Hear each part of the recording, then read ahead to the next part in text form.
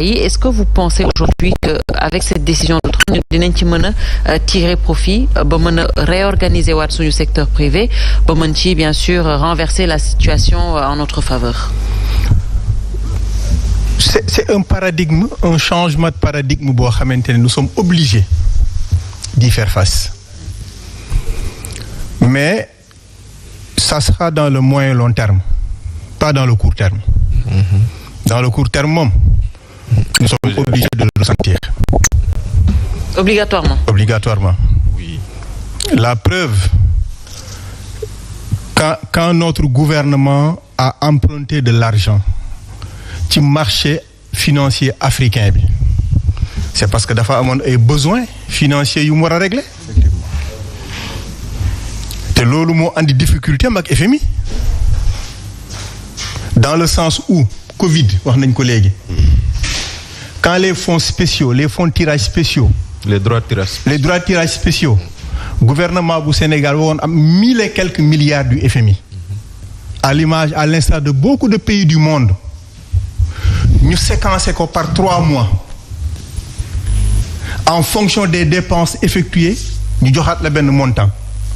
Gouvernement bu Sénégal jël loolu teg ko fi dem lebi. FMI ne ko non. yow maa ngi la war a jox ngay lebi. y a problème. moo tax mu téye boppam. kon démarche d'anticipation bi monsieur Kalissa di wax j'aurais bien aimé. Mais c'est tout le contraire. On est dans la gestion quotidienne des difficultés des Sénégalais. Aucune anticipation. La preuve, ban structure la ñu rationaliser actuellement.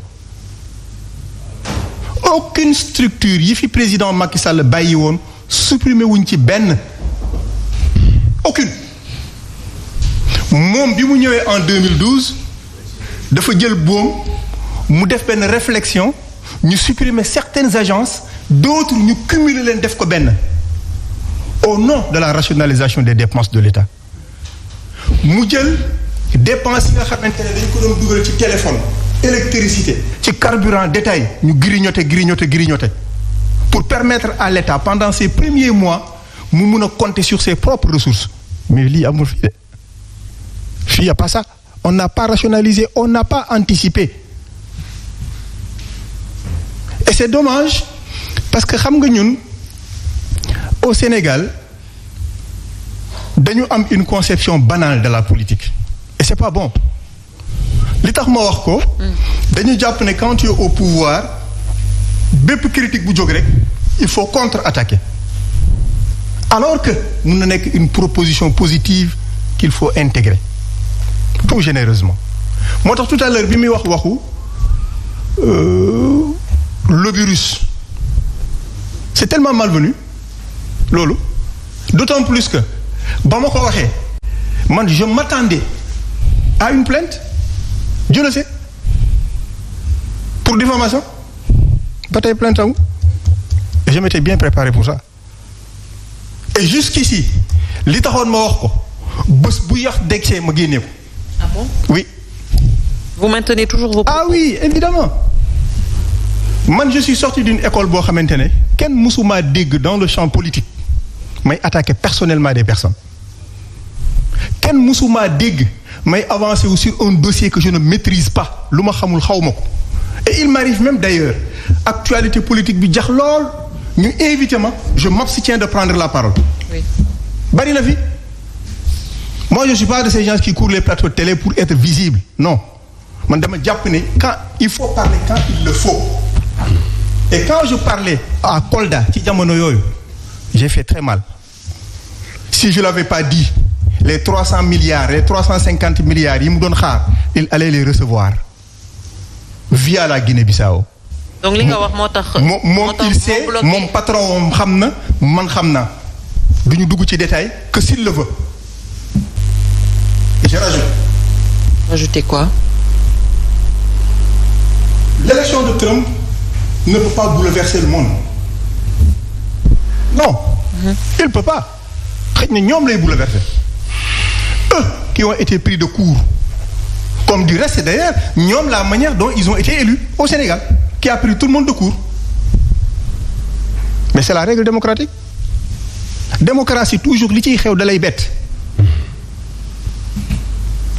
Le président Amadou Ba, conférence de presse bi mu def à la veille des élections législatives, avait prédit beaucoup de difficultés à l'avenir sur le Sénégal. Jamono yooyu, il y avait les étudiants de l'université Ziguinchor qui réclamaient leur bourse. Mu ne ligne budgétaire bi nga xamante ne moom la ñu war a fayee les étudiants dans leur bourse ñoom bu fekkee dañoo yegsi te gis ligne bi mu vide il faut qu'ils fassent un réaménagement dans le budget de l'État pour mën leen fay bu ñu ko deful ils ne pourront pas leur payer. Ceux de Dakar sont en train également de râler. Et on va y arriver. C'est juste pour dire que démarche d'anticipation bi muy wax j'aurais bien aimé mais dans les faits leneen la ñu gis. Le confort du pouvoir nag daf leen teel a atteindre très tôt. À peine 8 mois 10 mois ils sont dans un confort tel qu'ils sont devenus tout d'un coup insouciants et incompréhensibles par rapport aux préoccupations des Sénégalais. Vous pensez? La demande sociale, le pouvoir d'achat des Sénégalais, qu'en est-il? La déclaration de politique générale du Premier ministre, j'aurais été à ses côtés. Je lui aurais dit. ci wolof. boo demee fële baalul ak sénégalais yi nga baal ak ñëpp ba pare nga ne leen yéen ñëpp kaay leen ñu liggéey loolu la réew mi soxla pas defante. jullit nag mooy tooñ waaye jàmbaar mooy jéggale. loolu nag ki koy def mooy ki nga xamante ne il a un souci d'anticipation sur l'avenir pas plus loin du bout de mon nez. Conséquence situation bi ñuy dund nii duñ ci gaaw génn. Je rajoute un élément sur la diaspora. Oui. Il a évoqué le fonds GAD qui est un fonds de garantie que la diaspora a créé aux États-Unis. Bi ñu koy créé j'ai été à l'origine j'en ai contribué pleinement. ba FONGIP signé ak ñoom un protocole d'accord mobiliser 500 millions dans le budget de l'État ñoom ñu war a mobiliser 500 millions en tant que diaspora en vendant des obligations de $50.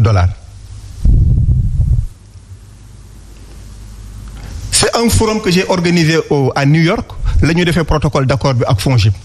Je le sais je connais trop bien ce dossier-là loolu moo tax Bachir li mu wax ma d'accord ci gis nga pour nga lancer des obligations au niveau de la diaspora ça sera hyper compliqué il faut procéder par segmentation. ci biir diaspora bi il y a à peu près et c'est une hypothèse de travail 10% de Sénégalais qui n'ont pas besoin de la BHS excusez-moi de la publicité qui n'ont besoin d'aucune banque pour investir au Sénégal. Au moins 10%. Seen niveau d'épargne bi ñu am dans leur pays d'accueil leur suffit. Par contre li ñu soxla mooy un climat de confiance. Climat de confiance nag ça se décrète pas dañ ciy liggéey au quotidien ñun ñu tàmbalee woon cee liggéey ba commencer identifier ces Sénégalais là pour mobiliser leen ñu investir en fonction du plan d'affaires bi ñuy réaliser ñu mën leen a attribuer un passeport diplomatique qui leur ouvre le monde en termes de rétribution pour que ñu mën a intégrer le secteur privé sénégalais. Diaspora mënuloo faa am li nga bëgg dans une logique fonctionnelle te ñoom ci loolu la ñu ne il faut une logique relationnelle. Ça c'est de la science c'est pas de la politique politicienne.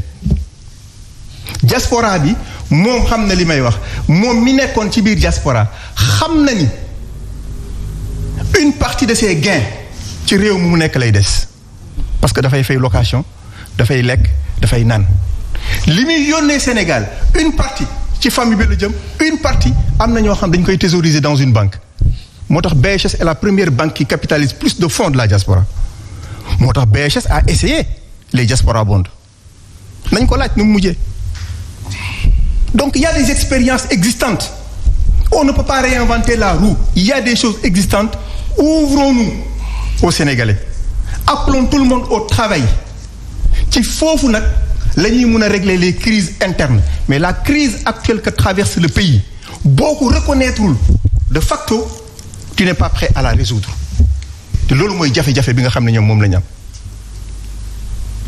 pas systématiquement de l'opposant mais il faut plutôt de les proposants proposant yooyu nag xel ak xol bu teey moo leen di dégg